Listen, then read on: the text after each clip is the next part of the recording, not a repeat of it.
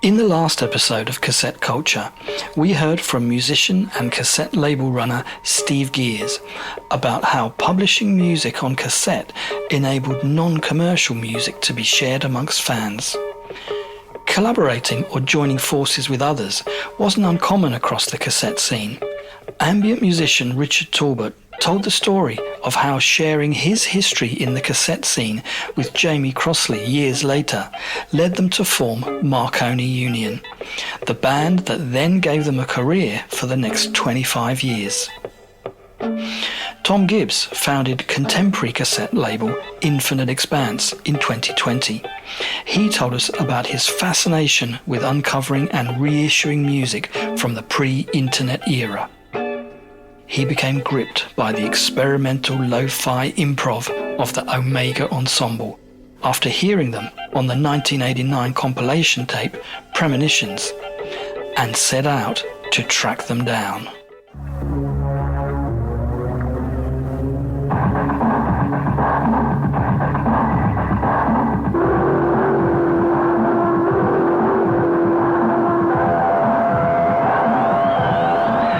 This is Cassette Culture. What arrived at my door today is the package of rare cassette stuff from Steve Gears. I mean, this is really cool because we're actually literally holding something physical here, and we've been doing a lot of digital. We've been talking to people over the airwaves, and we're actually like experiencing a little bit of that, getting something in the mail. 100%, like the real thing has arrived with us here in Australia. So I'm just going to try and get into it at the duct tape end and see how easy we can open it. Steve has spared no expense on the duct tape. Yeah.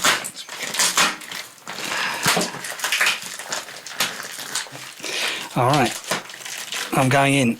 So we've got a couple of cassettes here. So who is this? Do you know? Cordelia Tapes. It says Cordelia Tapes. This is exactly. I mean, this is the real deal here. I love that. Cordelia Records sampler cassette, and then if you fold out the cover, it's got the track list on it. None of the artists I'm familiar with. Oh, apart from Rima Rimba. I remember them from back in the day.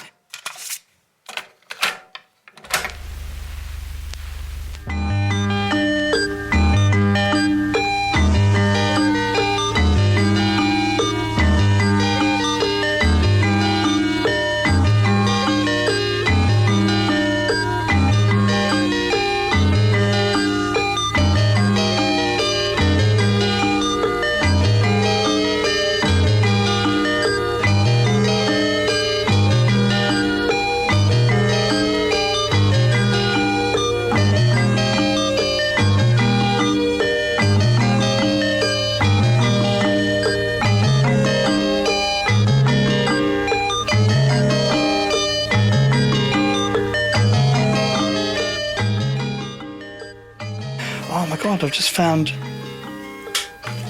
a flyer here for the Omega Ensemble. It's like a kind of, you call this DL size, like a A4 folded in DL for sure. Folded in three.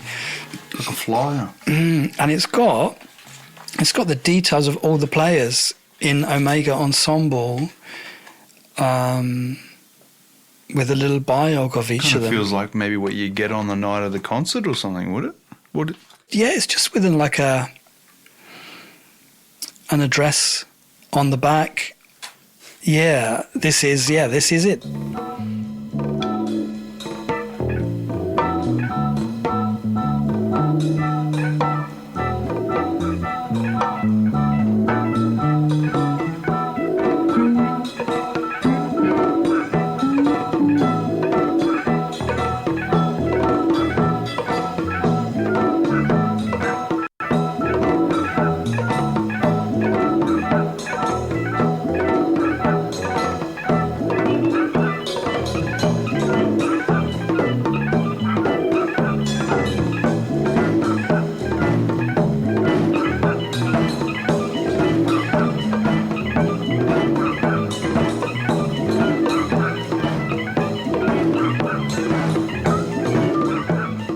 and here's a letter from the Omega Ensemble, who are on Premonitions, 5th of January 1990.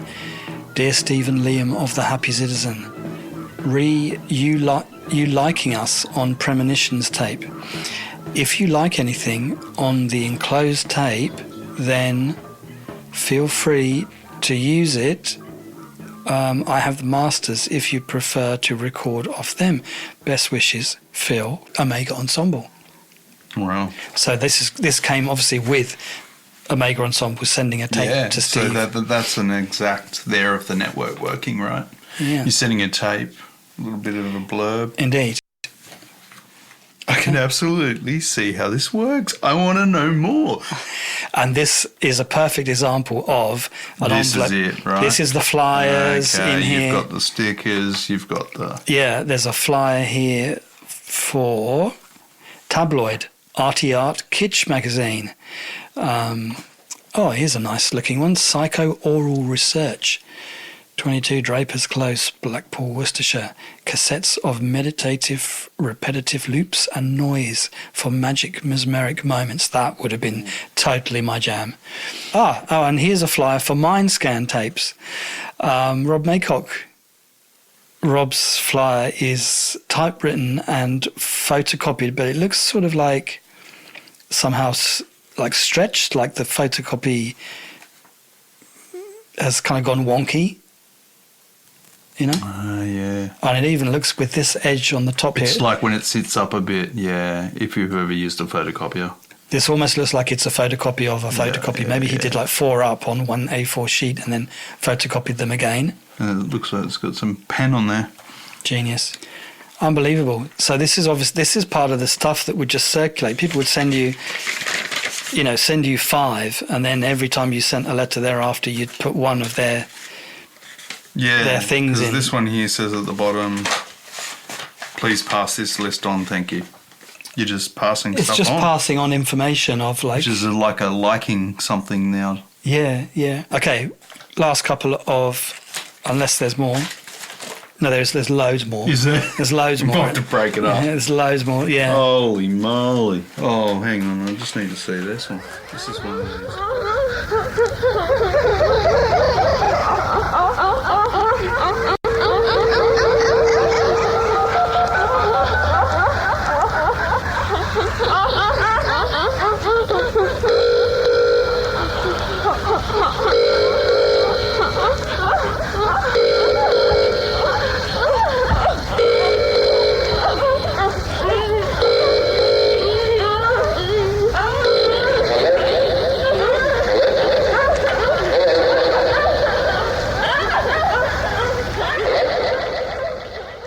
We were all connected in the past by lots of mail art and radio stations, independent radio stations, or the college radio stations in America.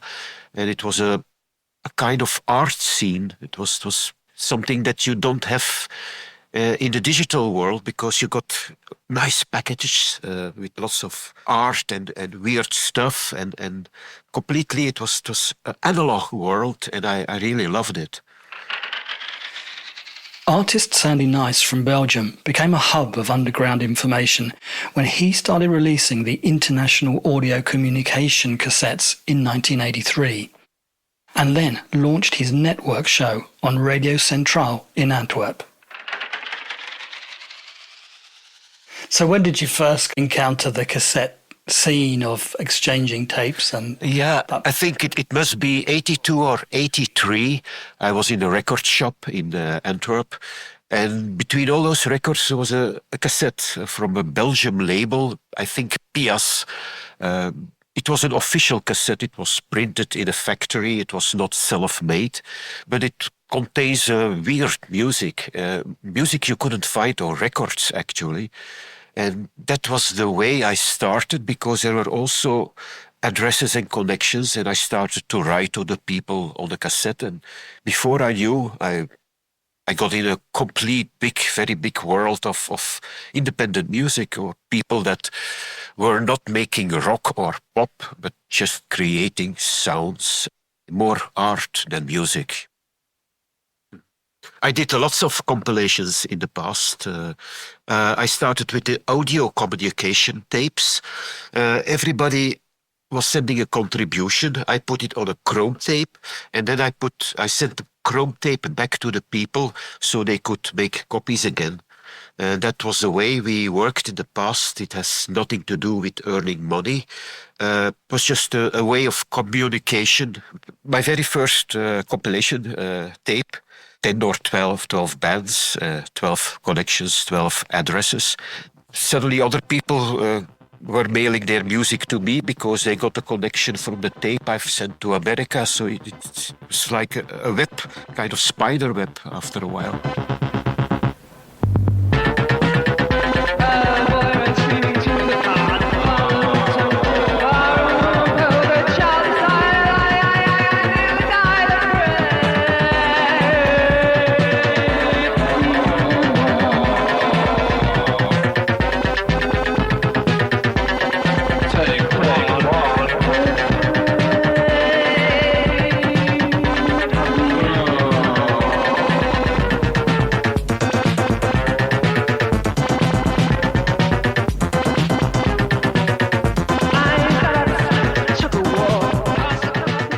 So you mentioned radio, so I think back in those times you also had your own radio show, is that right? Yes, indeed. In the beginning of the 80s, in Belgium, they made, what do you call it, independent radio stations. They only covered the city. And I already had my label, and somebody of the radio station invited me to talk about the cassettes.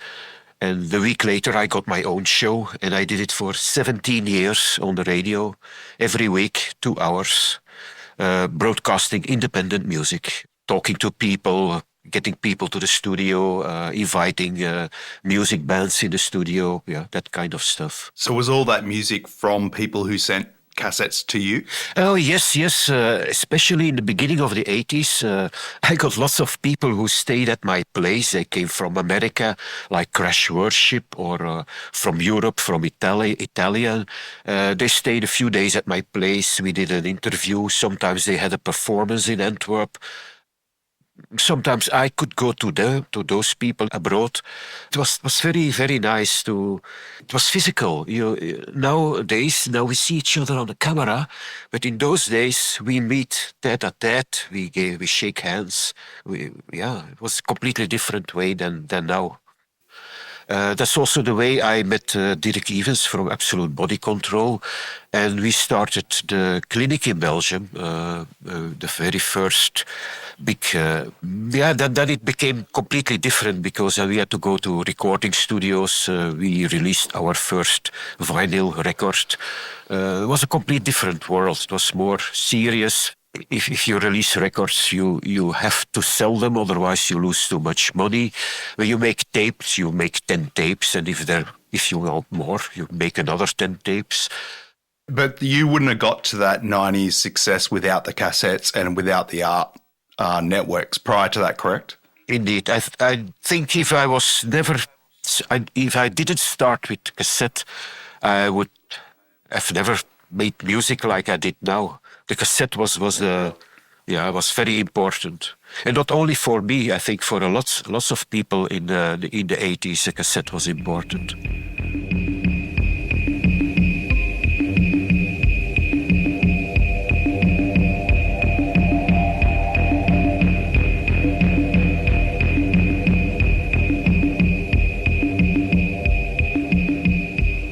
Netwerk op Centraal Independent Music and Information. Vandaag beginnen we het eerste uurtje vrij rustig met speciale aandacht aan de allernieuwste cassette van Vitna op Mana. Maar daar beginnen we nog niet mee, nee hoor. We beginnen met iets compleet anders.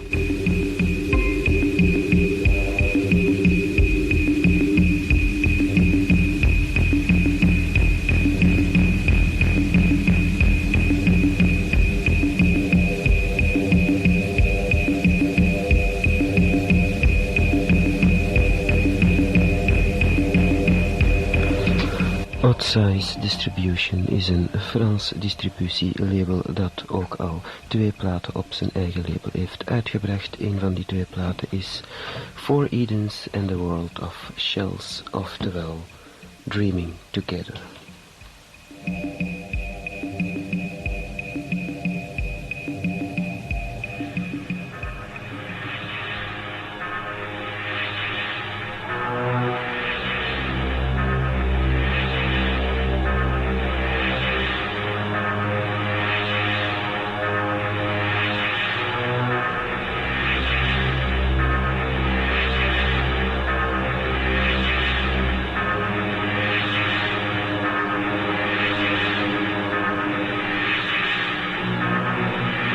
That was a clip from the network radio show on Radio Centraal, first broadcast in November 1989. Rob Maycock from Mindscan Tapes also had experience of very quickly connecting with people across the world after releasing his cassettes into the network.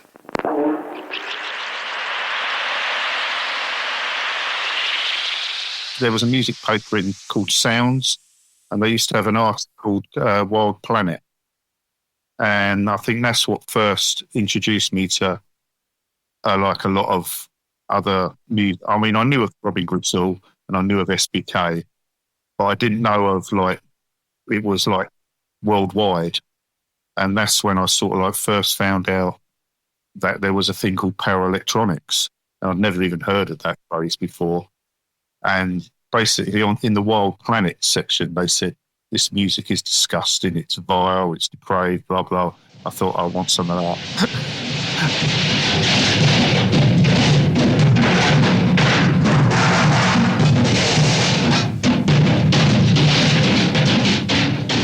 So then I contacted Broken Flag Records and Come Organisation.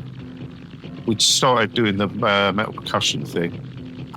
Then Dave got a synth, and like that was sort of like another level. And then we changed the name to Satori, and then Satori had 2 tapes out on Broken Flag Records. And then when Broken Flag Records finished, we thought, oh, come on, these tapes are no longer available. And that's when I started what was Dakar Productions, which is pre-Mindscan. Right, so it was initially a vehicle to release your own stuff. Oh, without a doubt, yeah.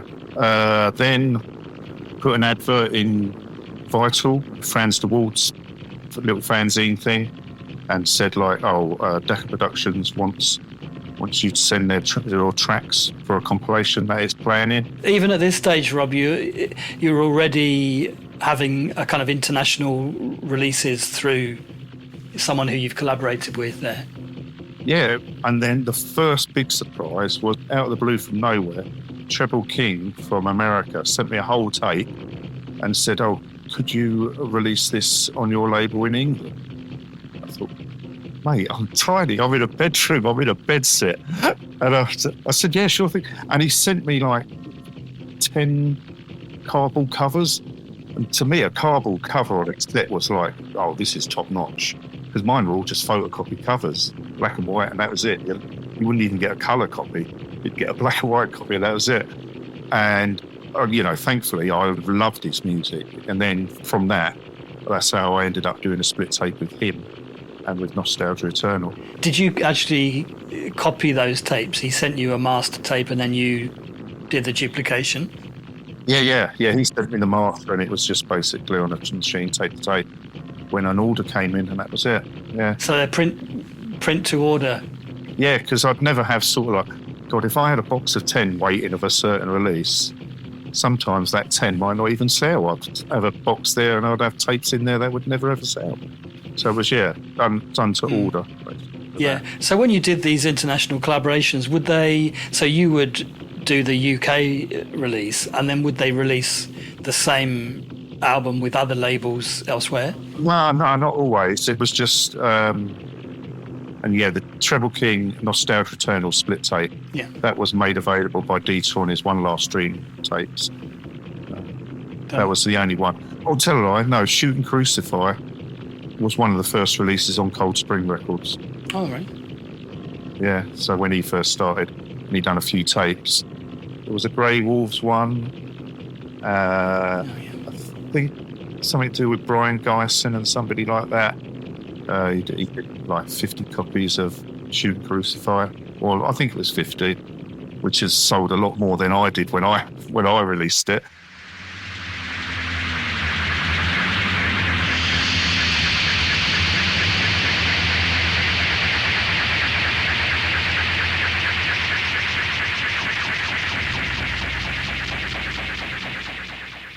As well as sending the package of tapes and flyers to us, Steve Gears sent the original cassette that the Omega Ensemble had sent to him back in 1989 to Tom Gibbs from Infinite Expanse.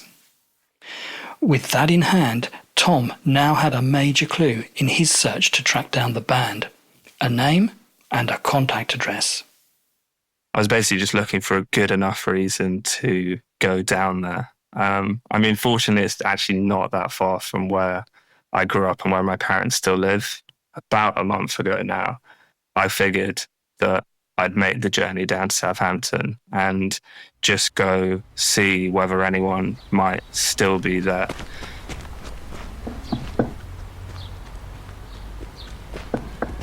So I knock on the door a couple of times and I see that at least someone must be living there, because the house looks lived in. There's a window open at the top and someone's laundry is up, so I figure that at least I'm hopefully going to have a conversation with someone.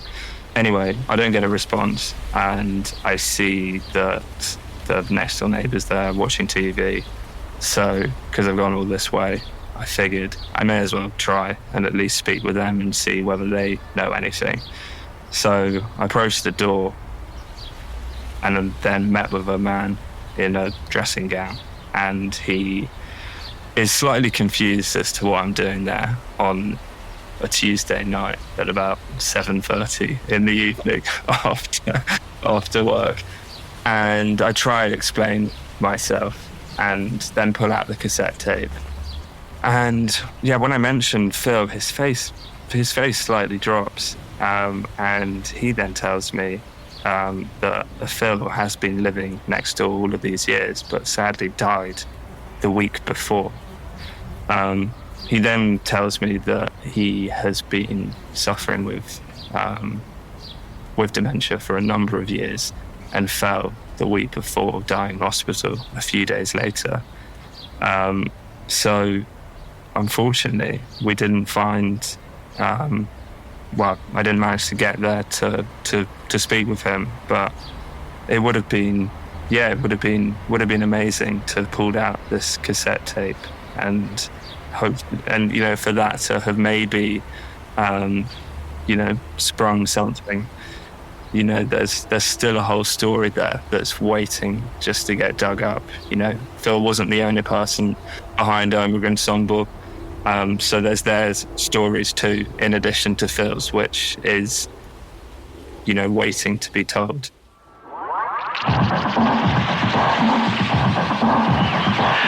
In this episode, you heard the voices of Sandy Nys, Rob Maycock and Tom Gibbs. Music was B-Bag by Marimba on the Cordelia Records sampler cassette. Piece 1 by Omega Ensemble from Sil Lim Tao. Intro to the Oral Orgasm sampler. Beast of Burden by Attrition on the International Audio Communication Tape Volume 1. 23 Voodoo by Satori on Mindscan Tapes.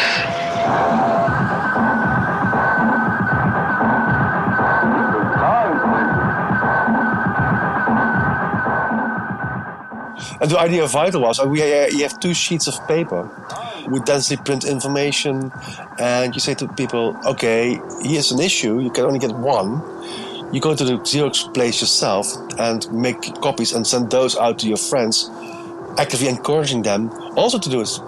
And I'm pretty sure of the first few issues, there must have been 8,000 or 10,000 copies. In our next episode, we'll be looking further into the world of fanzines and underground DIY publication, and speaking with Frans de Waard, creator of the Vital fanzine. Plus, having seen the flyer from Steve Gears, Tom Gibbs takes his search for the Omega Ensemble a step further.